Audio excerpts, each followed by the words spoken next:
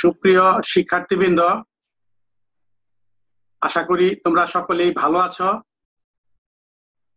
জাতীয় বিশ্ববিদ্যালয়ের অনলাইন ক্লাসে তোমাদের সবাইকে স্বাগতম। করোনাকালীন শিক্ষা কার্যক্রম চলমান রাখার স্বার্থে জাতীয় বিশ্ববিদ্যালয়ের উদ্যোগে অনলাইন ক্লাসে যুক্ত হতে পেরে আমি অত্যন্ত আনন্দিত। সবাইকে স্বাস্থ্যবিধি মেনে চলার আহ্বান জানিয়ে শুরু করছি আজকের অধিবেশন। আমি প্রফেসর মোহাম্মদ রফিকুল ইসলাম, বিভাগীয় প্রধান, উদ্ভিদ বিজ্ঞান বিভাগ, সরকারি বিএম কলেজ, বরিশাল। সিলেবাসের ধারাবাহিকতায় আজকে 12তম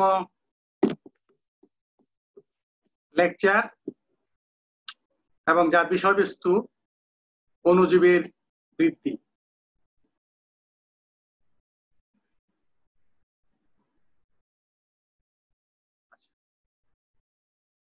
প্রথমে আমাদের আলোচনা করব ব্যাকটেরিয়ার বৃদ্ধি দশা। ব্যাকটেরিয়াকে তরল আবাদ মাধ্যমে আবাদের সময় দেখা যায় যে ব্যাকটেরিয়ার জনসংখ্যায় কোষের সংখ্যা বৃদ্ধির হার বিশেষ বৈশিষ্ট্য সম্পন্ন ক্রম অনুসরণ করে। বর্ধিত কোষের সংখ্যা গণনার ক্ষেত্রে সময়ের সাথে কোষের সংখ্যা নির্ণয় করে 4টি সুস্পষ্ট দশা দেখতে পাওয়া যায়।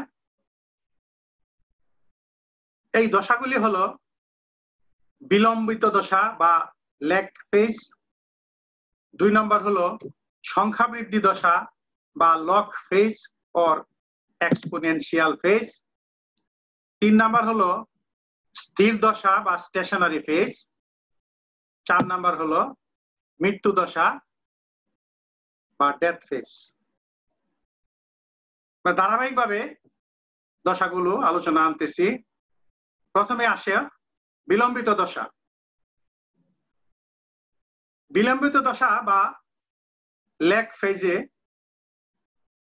এটা ব্যাকটেরিয়ার প্রস্তুতি পর্ব। এই দশায় জীবিত কোষের সংখ্যার কোনো পরিবর্তন হয় না। নতুন পরিবেশে কোষকে মানিয়ে নিতে কিছুটা সময়ের প্রয়োজন হয় এবং কোষের বৃদ্ধি ঘটে কোষীয় বস্তুর বৃদ্ধির মাধ্যমে। কোষীয় বস্তুর সংশ্লেষণের মাধ্যমে এই দশায় কোষের আকার বৃদ্ধি পায়। কোষের বিভাজন ছাড়াই এই দশা অতিবাহিত হয়।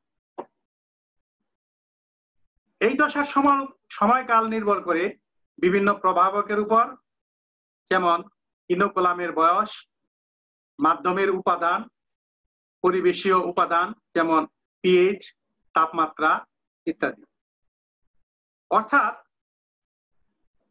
পিএইচ, তাপমাত্রা, ইনোকুলামের বয়স ইত্যাদি যদি ভিন্ন হয় তাহলে বিলম্বিত দশার সময়কালও ভিন্ন হয়ে থাকে। তারপরে যে দশা আসতেছে সংখ্যা বৃদ্ধি দশা বা লগ দশা বা এক্সপোনেনশিয়াল ফেজ। এই দশায় যদি মাধ্যমের উপাদানের পরিবেশীয় অবস্থা সহায়ক হয় তবে কোষের জনসংখ্যা লগারিদম হারে বৃদ্ধি পায় এবং কোষ সর্বোচ্চ হারে বিভাজিত হয়। এই সময় কোষের সংখ্যা সূচকের নিয়ম বা কার্যকারিতা অনুযায়ী বৃদ্ধি পায়। এখানে সূচকের নিয়মটা বলা আছে যে 2 to the power 1, 2 to the power 2, 2 to the power 3, ঠিক এভাবে 2 to the power 4, সর্বশেষ 2 to the power n পর্যন্ত বলা হয়েছে। এইভাবে বৃদ্ধির সময় আমরা দেখি চিত্রে আমরা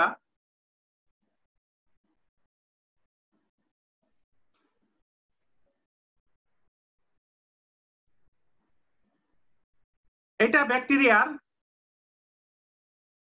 একটা আদর্শ গ্রোথ কার্ভ। এখানে 4টি দশা দেখানো আছে। 4টি দশার মধ্যে এখানে প্রথমটা হলো ল্যাগ ফেজ বা প্রস্তুতি দশা, দ্বিতীয়টা হলো এখান থেকে এই যে কার্ভটা উপরের দিকে উঠে গেছে এক্সপোনেনশিয়াল ফেজ বা লগ ফেজ বা সংখ্যা বৃদ্ধি দশা, আর তৃতীয় ফেজটা হলো স্টেশনারি ফেজ, এটা প্যারালাল স্টেশনারি ফেজ বা স্থির দশা, এবং সবার পরে যে দশাটা আসে সেটা হলো মৃত্যু দশা বা ডিক্লাইন ফেজ বা ডেথ ফেজ। এটা সময়ের সাথে সাথে পরিবর্তনশীল। এই স্টেশনারি ফেজ মাধ্যমে নতুন করে কালচার মিডিয়াতে যোগ করে এই দশাকে দীর্ঘায়িত করা যায় এবং শিল্পক্ষেত্রের জন্য এইটা খুবই গুরুত্বপূর্ণ। তাহলে আমরা বর্ণনায় পরের দ্বিতীয় দশার যে এই ধাপে বৃদ্ধি পরিমাপ করে দেখা গেছে সর্বোচ্চ হারে অণুজীবের বৃদ্ধি ঘটে। বৃদ্ধির হারকে সময়ে প্রকাশ করা যায়, যেমন কোনো আবাদ মাধ্যমে অণুজীবের দ্বিগুণ হওয়ার সময় 60 মিনিট হলে তার বৃদ্ধির হার হবে 1। বৃদ্ধির হার বিভিন্ন প্রভাবক দ্বারা প্রভাবিত হয়, যেমন আবাদ মাধ্যমের উপাদান, বংশগতীয় বৈশিষ্ট্য, পরিবেশ ইত্যাদি। লগ দশার সময়কাল নির্ভর করে প্রধানত আবাদ মাধ্যমের উপাদান এবং বাধাদানকারী উপাদান জমা হওয়ার হারের উপর, যদিও এই দশায় বৃদ্ধি সর্বোচ্চ হারে থাকে। বিভিন্ন বয়সের কোষের মধ্যে কিছু সবেমাত্র বিভাজিত হয়ে থাকে, অন্যরা বিভাজন চক্রের অন্তর্বর্তীকালীন অবস্থায় থাকে। ফলে শারীরতাত্ত্বিকভাবে অণুজীবের জনসংখ্যা হোমোজেনাস থাকে না। তার মানে সবাই একসাথে বৃদ্ধি হয় এরকম না, কেউ প্রাথমিক অবস্থায় থাকে, কেউ শেষের অবস্থায় থাকে, ফলে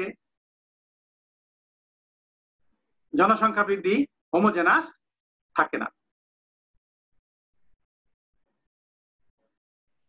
3 নাম্বার হলো স্থির দশা।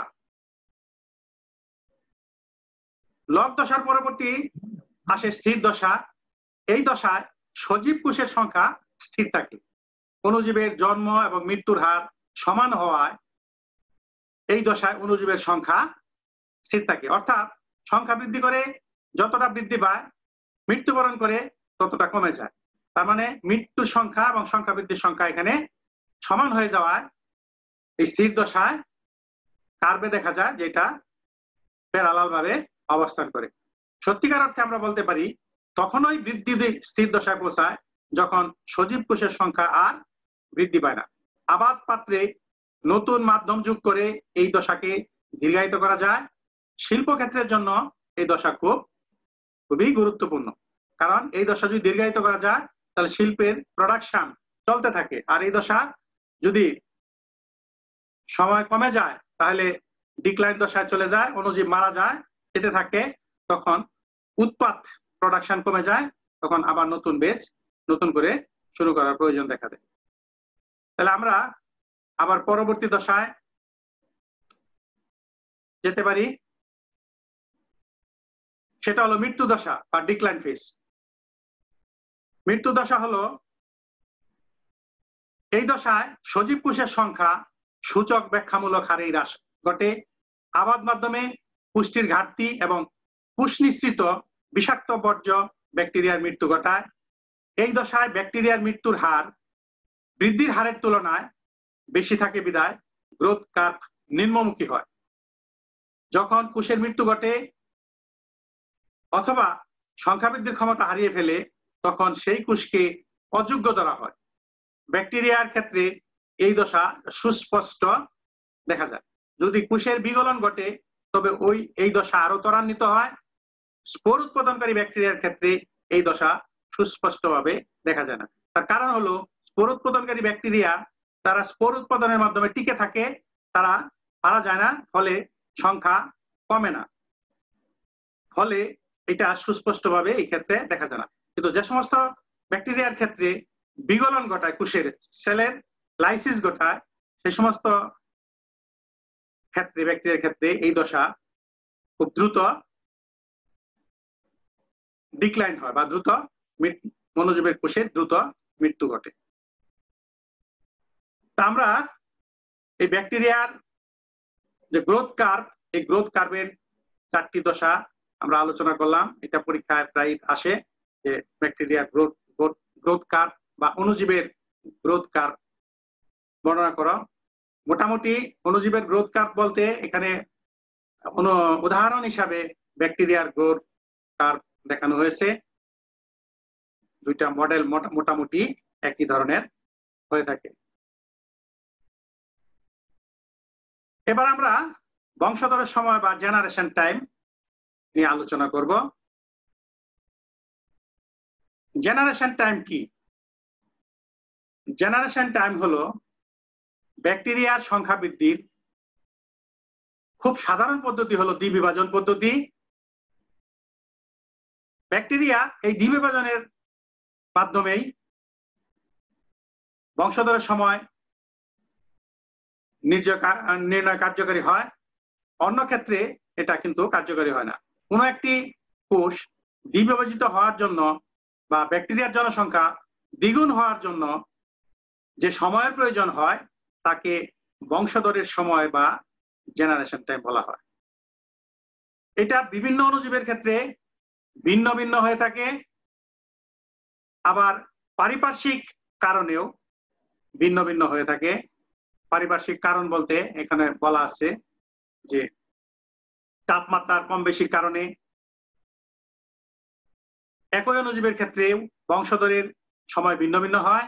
যেমন ইকোলাই এই ব্যাকটেরিয়ার ক্ষেত্রে বংশধরের সময় মাত্র 15 থেকে 20 মিনিট। দ্বিবিভাজন পদ্ধতিতে একটি কোষ বিভাজিত হয়ে দুইটি কোষে পরিণত হয়। তাই আমরা যদি আনুমানিক একটি ব্যাকটেরিয়া হতে গণনা শুরু করি এবং ব্যাকটেরিয়ার বৃদ্ধি চক্রে মৃত্যু অনুপস্থিত থাকে, তবে ব্যাকটেরিয়ার জনসংখ্যা বৃদ্ধি জ্যামিতিক প্রগতি পদ্ধতি অনুসরণ করে নিম্নরূপ হয়।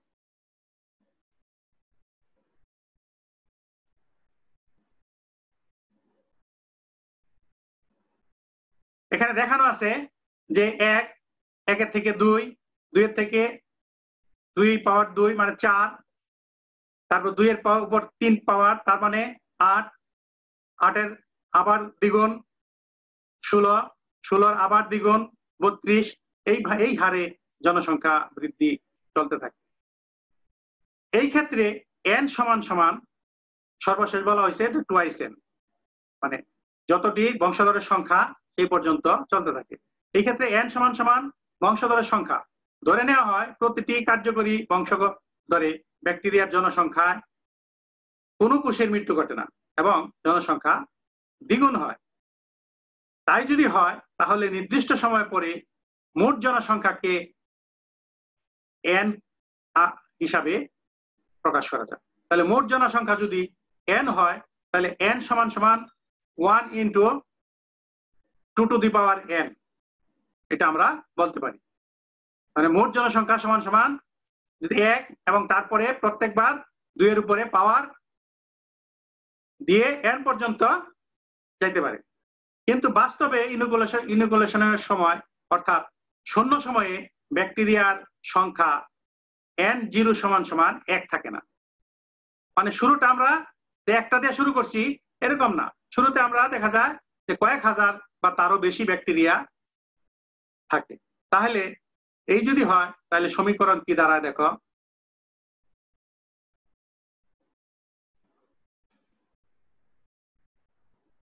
তাহলে সূত্রটি নিম্নরূপ দাঁড়ায় n সমান সমান n0, তার মানে n0 হলো এখানে শুরুতে ব্যাকটেরিয়ার সংখ্যা into 10 to the power into 2 to the power n। তাহলে এটা হলো 2 নাম্বার এবং n হলো এখানে বংশধরের সংখ্যা। এখন এই 2 নং সূত্রকে যদি আমরা log 10 এর সূত্র হিসাবে প্রকাশ করি তাহলে কি হয় দেখো, log 10 এর সূত্র হলো যে তখন গুণটা যোগ হয়ে যায়। log 10 n সমান সমান, আমরা এখানে log 10 দেখতেছি, এই log 10 n সমান সমান এখানে হবে log 10 n0, এই গুণটা হয়ে যাবে যোগ n log 10 2। তার মানে ওইটাকে আমরা log 10 এ প্রকাশ করলে সূত্রটি দ্বারা এইরূপ। এবং আমরা যদি n log 10 2 এই পাশে নিয়ে যাই তাহলে কি দাঁড়ায় দেখো, n log 10 2 যদি এই পাশে নিয়ে যাই তাহলে স্থান পরিবর্তন করলে এটা মাইনাসে চলে যাবে। তাহলে n log 10 2 সমান সমান log 10 n0, এটা এই পাশে চলে আসছে, এটা মাইনাসে চলে গেছে, যে log 10 n minus log 10 n0, কারণ এটা যদি এই পাশে যায় তাহলে তো মাইনাস হয়ে যাবে, তাহলে এটা এই পাশে রাখতে হবে, এটা ওই পাশে নিতে হবে, ওইটার থেকে এটা মাইনাস হয়ে যাবে। তাহলে তাই করা হয়েছে যে n log 10 2 সমান সমান log 10 n মাইনাস এটা চলে গেছে ওই পাশে log 10 n। অথবা এটার যদি পরবর্তীতে আরো আমরা ইলাবোরেট করি সূত্রকে, n সমান সমান nটা আমরা একে পাশে রেখে log 10টা দিয়ে এটাকে ভাগ করে ফেললাম, তাহলে log 10 n minus log 10 n0 divided by log 10 2, তাহলে n সমান সমান হলো এই দ্বারা।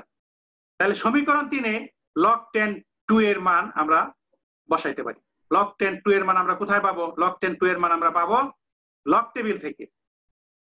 তাহলে লগ টেবিলে যদি আমরা যাই, লগ টেবিল থেকে আমরা log 10 2 এর মান আমরা বসাইতে পারি। তাহলে log 10 2 এর মান কত? দেখো log 10 2 এর মান হলো 0.301, এটা হলো log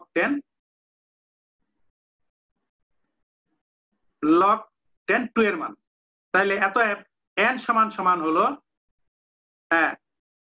log 10 n minus log 10 n0 divided by 0.301। তাহলে আমরা এই 1/301 যদি আমরা কমন নিয়ে নেই তাহলে সূত্রটা দাঁড়ায় এরকম 1 বাই, এটা আমরা কমন নিলাম, কমন নেওয়ার পরে থাকে log 10 n minus log 10 n0।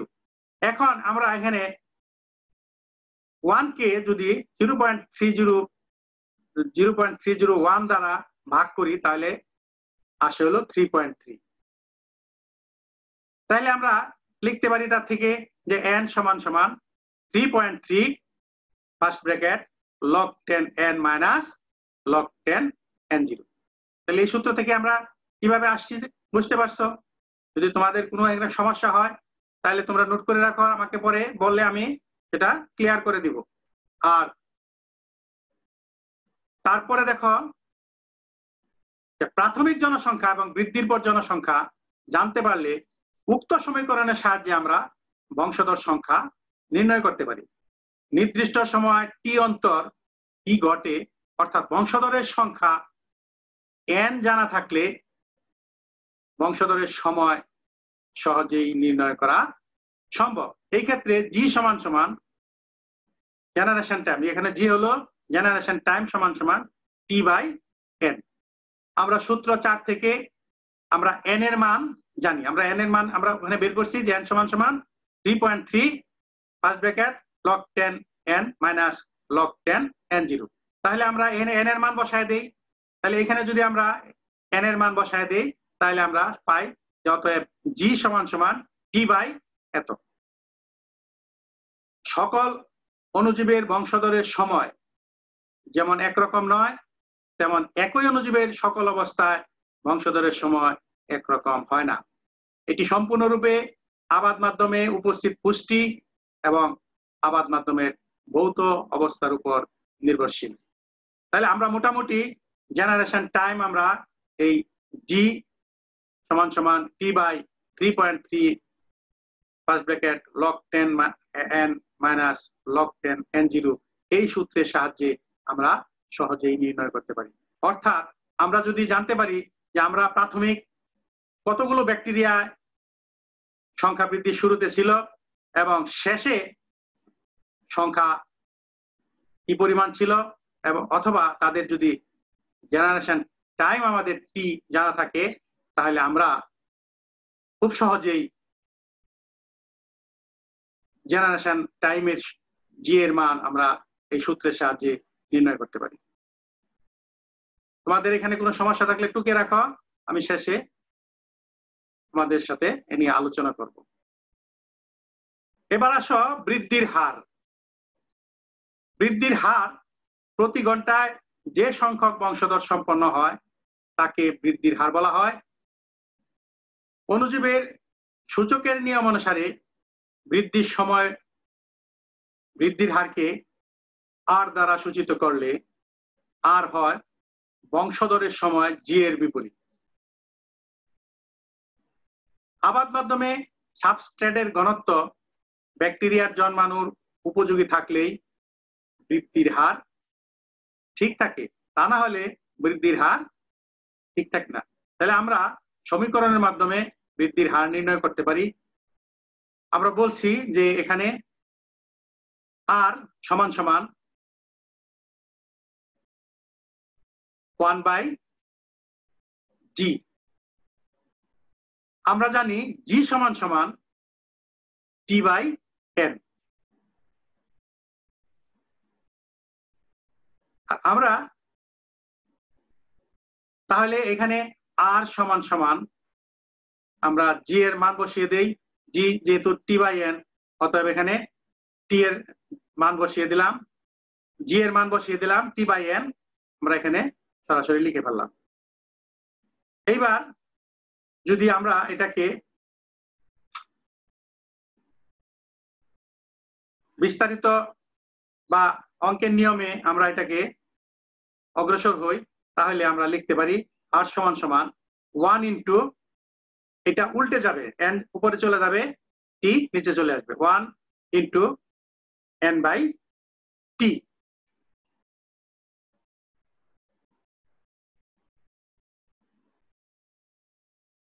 অর্থাৎ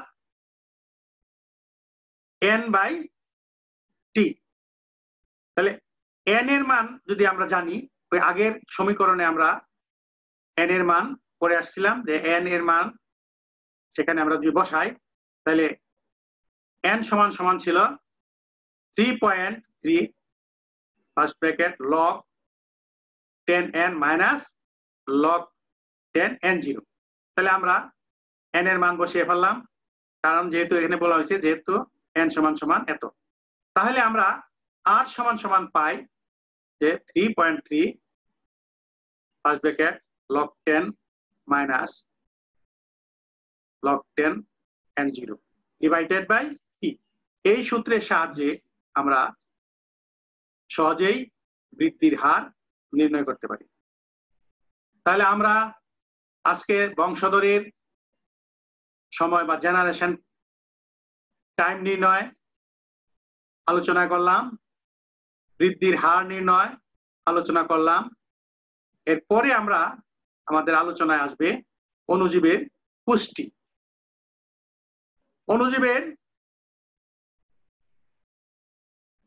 পুষ্টি একই রকম না, বিভিন্ন ধরনের পুষ্টি অণুজীব গ্রহণ করে থাকে। এই পুষ্টির উপর ভিত্তি করে অণুজীবকে যে শ্রেণী বিন্যাস করা যায় তা এখানে আমরা আলোচনায় আজকে নিয়ে আসছি। পুষ্টির উপর ভিত্তি করে ব্যাকটেরিয়াকে প্রধানত দুই ভাগে ভাগ করা যায়,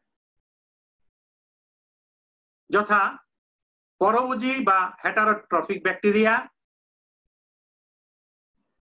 আর খ হলো স্বভোজী বা অটোট্রফিক ব্যাকটেরিয়া।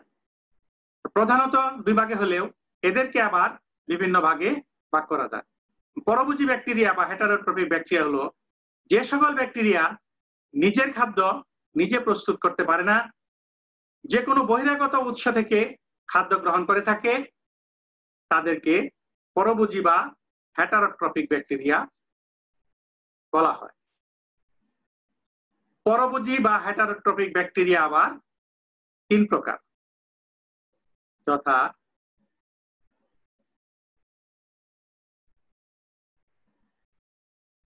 এক নম্বর হলো পরজীবী বা প্যারাসাইটিক ব্যাকটেরিয়া। যে সকল ব্যাকটেরিয়া জীবন্ত পোষক হতে খাদ্য গ্রহণ করে জীবন ধারণ করে থাকে তাদেরকে বলা হয় পরজীবী ব্যাকটেরিয়া। যেমন জ্যান্থোমোনাস সাইট্রি, লেবুর ক্যাঙ্কার রোগ সৃষ্টিকারী এই ব্যাকটেরিয়া জীবন্ত পরজীবী পোষকে বসবাস করে এবং জীবন্ত পোষক থেকে খাদ্য নিয়ে থাকে। মৃতজীবী বা স্যাপ্রোফাইটিক ব্যাকটেরিয়া, যে সকল ব্যাকটেরিয়া পচনশীল জৈব বস্তু হতে খাদ্য গ্রহণ করে বেঁচে থাকে, এদের বাঁচার জন্য জীবন্ত পোষকের প্রয়োজন নাই, তাদেরকে বলা হয় মৃতজীবী ব্যাকটেরিয়া। যেমন ক্লস্ট্রিডিয়াম। ক্লস্ট্রিডিয়াম একটি মৃতজীবী ব্যাকটেরিয়া। অ্যাক্টিনোমাইসিটিস একটি মৃতজীবী অণুজীব। এরা পচনশীল জৈব বস্তু থেকে খাদ্য গ্রহণ করে থাকে। এছাড়াও আরেক ধরনের ব্যাকটেরিয়া আছে, এদেরকে বলা হয় মিথজীবী বা সিম্বায়োটিক ব্যাকটেরিয়া। যখন দুইটি ব্যাকটেরিয়া পরস্পর লাভবান হওয়ার উদ্দেশ্যে একত্রে জন্মায় এবং বৃদ্ধি লাভ করে, অথবা পরস্পরের লাভবানের ভিত্তিতে অন্য জীবের সাথে যে সমস্ত ব্যাকটেরিয়া জন্মায় তাদেরকে বলা হয় মিথজীবী ব্যাকটেরিয়া বা সিম্বায়োসিস, এবং এই সহ অবস্থানকে বলা হয় মিথজীবিতা বা সিম্বায়োসিস। যেমন রাইজোবিয়াম।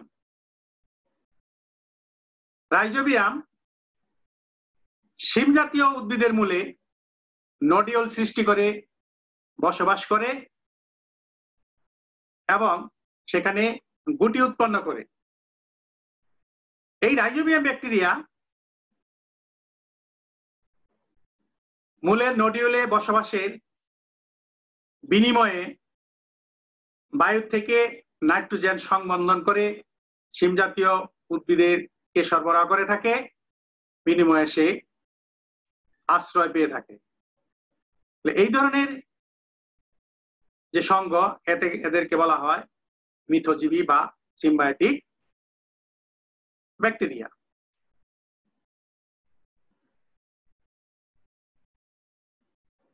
তারপরে আসতেছে স্বভোজী বা অটোট্রপিক ব্যাকটেরিয়া। অটোট্রপিক ব্যাকটেরিয়া হলো, এদেরকে অটোফাইটিক ব্যাকটেরিয়া বলা হয়, যে সমস্ত ব্যাকটেরিয়া নিজের খাদ্য নিজে প্রস্তুত করতে সক্ষম, খাদ্যের জন্য অন্যের উপর নির্ভরশীল নয়, তাদেরকে বলা হয় অটোট্রপিক ব্যাকটেরিয়া। স্বভোজী বা অটোট্রপিক ব্যাকটেরিয়া। এই অটোট্রপিক ব্যাকটেরিয়া আবার দুই প্রকার, যথা শালক সংশ্লেষণকারী বা ফটোসিনথেটিক ব্যাকটেরিয়া। যে সকল ব্যাকটেরিয়া বিশেষ ধরনের শালক সংশ্লেষণকারী বর্ণকণিকা ধারণ করে আলুর উপস্থিতিতে অজৈব উৎস হতে জৈব খাদ্য তৈরি করতে পারে, তাদেরকে শালক সংশ্লেষণকারী বা ফটোসিনথেটিক ব্যাকটেরিয়া বলা হয়। যেমন রোডোস্পাইরিলাম, এরা আলু থেকে এদের ব্যাকটেরিয়া ক্লোরোফিল নামক বিশেষ ধরনের ক্লোরোফিল এদের দেহে থাকে। এই ব্যাকটেরিয়া ক্লোরোফিলের মাধ্যমে এরা সূর্যালোকের সাহায্যে এরা নিজের খাদ্য নিজে প্রস্তুত করতে পারে। এরা খাদ্যের জন্য অন্য জীবের উপর নির্ভরশীল হতে হয় না। এদেরকে বলা হয় শালক সংশ্লেষণকারী বা ফটোসিনথেটিক ব্যাকটেরিয়া। আর দুই নম্বর হলো রাসায়নিক সংশ্লেষণকারী ব্যাকটেরিয়া বা কিমোসিনথেটিক ব্যাকটেরিয়া। যে সকল ব্যাকটেরিয়া খাদ্য সংশ্লেষণের জন্য প্রয়োজনীয় শক্তি আলুর পরিবর্তে সেখান থেকে ওই বস্তুর রাসায়নিক বন্ধনী ভেঙে শক্তি মুক্ত করে, এই ধরনের ব্যাকটেরিয়া তাপ নির্গমনকারী বা এক্সোথার্মিক ব্যাকটেরিয়া নামে পরিচিত। যেমন নাইট্রোব্যাক্টার। তাহলে আমরা আজকে মোটামুটি ব্যাকটেরিয়ার পুষ্টিভিত্তিক শ্রেণীবিন্যাস এবং ব্যাকটেরিয়ার বংশবৃদ্ধির হার নির্ণয় এবং বংশবৃদ্ধির জেনারেশন টাইম নির্ণয় এগুলো আলোচনা করলাম। তোমাদের এখন কোনো প্রশ্ন যদি থাকে তোমরা প্রশ্ন করতে পারো। তোমাদের সেখানে যে গণিত আছে সেখানে তোমাদের তো বোঝার বিষয়বস্তু আছে, সেজন্য আজকে তোমাদের এই পর্যন্তই। এখন তোমাদের প্রশ্ন আজকে শুনবো। তোমাদের কার কি প্রশ্ন আছে?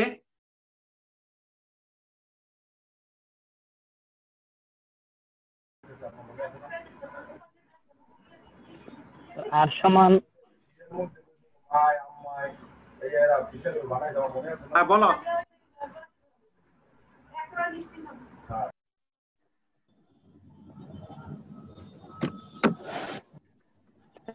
আর সমান 1/g মানে বিপরীত। হ্যাঁ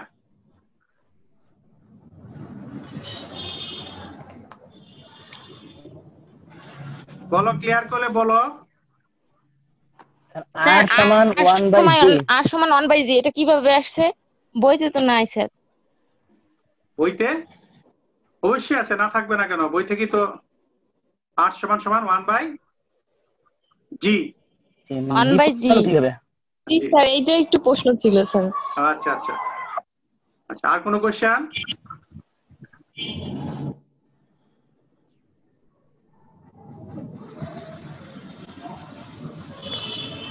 তোমরা প্রশ্ন, রাকিব তোমার কোনো প্রশ্ন আছে?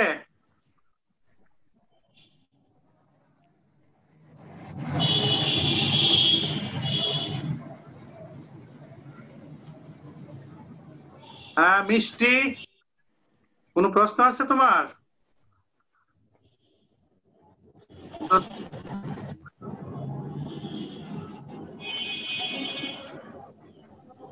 জাহিদ, এমডি জাহিদ,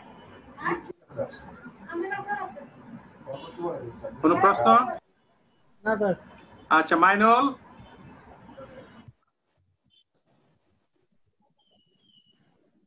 তোমরা প্রশ্ন না করলে তো মুশকিল, তাহলে তো বোঝা যায় না যে বুঝতে পারলা কি পারলা না। হ্যাঁ, তোমাদেরকে এখানে একটা বলা হয়েছে এক্সোথার্মিক বিক্রিয়া। এক্সোথার্মিক বিক্রিয়াটা হলো যে যখন কোনো অণুজীব তাদের কোষ ভাঙার ফলে যে বা আয়ন বিনিময়ের ফলে যে শক্তি উৎপন্ন হয়, এবং তার মাধ্যমে যখন পুষ্টি বা খাদ্য তৈরি করে, তখন সেটাকে বলা হয় রাসায়নিক ভাবে যে খাদ্য তৈরি করে তাদেরকে বলা হয় এক্সোথার্মিক রিঅ্যাকশন। আর তোমাদের এখানে গ্রোথ কার্ভ সম্পর্কে আলোচনা করা হয়েছে, যে ব্যাকটেরিয়ার গ্রোথ কার্ভ এখানে মডেল হিসেবে দেখানো হয়েছে। গ্রোথ কার্ভের মধ্যে 4টি সুস্পষ্ট ধাপ আছে। 4টি ধাপের মধ্যে প্রথম ধাপ হলো ল্যাগ ফেজ।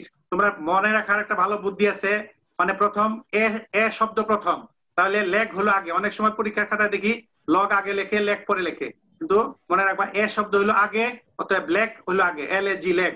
তারপরে দ্বিতীয় ফেজ হলো লগ, LOG, মানে ও হলো পরে আসছে, তাহলে লগ ল্যাগ আগে, LAG ল্যাগ আগে, আর লগ হলো পরে। তারপরে তৃতীয় দশা হলো স্থির দশা বা স্টেশনারি দশা বা এক্সপোনেনশিয়াল দশা। আর চতুর্থ দশা হলো তোমাদের মৃত্যু দশা বা ডিক্লাইন দশা। এখানে একটি কথা বলা হয়েছে দুইবার, যে স্থির দশা আমাদের জন্য খুবই, শিল্পক্ষেত্রের জন্য খুবই গুরুত্বপূর্ণ। তার কারণ হলো এই স্থির দশা যদি দীর্ঘায়িত করা যায়, তাহলে শিল্পক্ষেত্রে তার থেকে প্রোডাকশন বা উৎপাদ কন্টিনিউয়াস পাওয়া যায়। স্থির দশা যত দীর্ঘায়িত হবে ততদিন সেখান থেকে শিল্পক্ষেত্রে প্রোডাকশন পাওয়া যাবে। আর এই স্থির দশা যদি সংক্ষিপ্ত হয়ে যায়, সেটা ডিক্লাইন দশা চলে যায়, তখন আর প্রোডাকশন কমে যাবে, তখন নতুন করে আবার বেস শুরু করে আবার নতুন করে প্রোডাকশন দেয়া লাগবে। এজন্য শিল্পক্ষেত্রে কি করা হয়, স্থির দশায় মাধ্যমে আবার নতুন আবাদ মাধ্যম বা নতুন কাঁচামাল যোগ করে এই স্থির দশাকে দীর্ঘায়িত করা হয়, এবং সেজন্য যেহেতু স্থির দশা থেকে উৎপাদ পাওয়া যায়, এজন্য শিল্পক্ষেত্রে স্থির দশা অত্যন্ত গুরুত্বপূর্ণ একটি দশা। আর কোনো কোশ্চেন? কানিস ফাতেমা? জি না স্যার। স্যার একটা হচ্ছে গিয়ে যে ফটোসিনথেটিক ব্যাকটেরিয়ার যে আলোর উপস্থিতিতে যে অজৈব উৎস হতে যে জৈব খাদ্য তৈরি করা হয়, মানে এখানে অজৈব উৎস বলতে কি বোঝানো হয়েছে আসলে? অজৈব উৎস অজৈব উৎস থেকে ওই যে বিভিন্ন রাসায়নিক দ্রব্যের কথা বলছে, সেখানে সালফার ডাইঅক্সাইড, এবং এই সমস্ত দ্রব্য সালফারকে জারিত করে, সালফার যৌগকে জারিত করে সেখান থেকে তোমার যে শক্তি নির্গত হয় সেই শক্তি ব্যবহার করে সেখানে তারা খাদ্য সঞ্চয় করে। একটা হলো আলো থেকে শক্তি পাচ্ছে, সেখানে সালোক সংশ্লেষণ দুই ধরনের তো বলছে, একটা ফটোসিনথেটিক। ফটোসিনথেটিক মানে কি, সেই শক্তিটা সে পাচ্ছে হলো আলোর থেকে পাচ্ছে, সূর্য আলোর থেকে পাচ্ছে। আরেকটা বলা হয়েছে রাসায়নিক দ্রব্য থেকে। রাসায়নিক দ্রব্যের মধ্যে সালফার ডাইঅক্সাইড আছে, এই সমস্ত যে দ্রব্যগুলো আছে সেই সমস্ত দ্রব্য যখন ভাঙার ফলে যে শক্তি উৎপন্ন হয় সেই শক্তি ব্যবহার করে তারা খাদ্য উৎপাদন করে। এই ধরনের বিক্রিয়াকে বলা হয়েছে, আমি তো একটু আগে আবার বললাম যে এক্সোথার্মিক বিক্রিয়া। এই ধরনের বিক্রিয়াকে বলা হয় এক্সোথার্মিক বিক্রিয়া। এটা তোমার 1 নম্বরের জন্য পরীক্ষায় আসে, এক্সোথার্মিক বিক্রিয়া কি। আর কোন প্রশ্ন?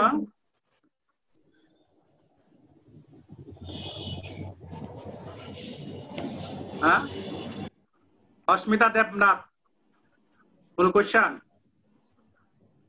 ইশতিয়াক হোসেন, মামুনুর রহমান, কি কোনো সারা শব্দ নাই? এমডি রাকিব, দীপা রায়? না স্যার। আচ্ছা, ঠিক আছে। তোমরা নিয়মিত ক্লাসে অংশগ্রহণ করে জাতীয় বিশ্ববিদ্যালয়ে এই প্রোগ্রামকে সহযোগিতা করার জন্য তোমাদেরকেও অসংখ্য ধন্যবাদ। এবং আমাদের এই ক্লাস প্রতিদিন 5:30 চলমান থাকবে সিলেবাস শেষ না হওয়া পর্যন্ত। তোমরা সাথে থাকবে এই আশাবাদ ব্যক্ত করছি এবং তোমাদেরকে ধন্যবাদ জানিয়ে আমি আজকে, যদি তোমাদের কোনো প্রশ্ন না থাকে তাহলে এখানে আমি সমাপ্ত করতে যাচ্ছি। আসসালামু আলাইকুম স্যার। আসসালামু আলাইকুম স্যার। ওয়ালাইকুম আসসালাম। ওয়ালাইকুম আসসালাম। স্যার জি বলো, কিছু বললে? আচ্ছা ঠিক আছে।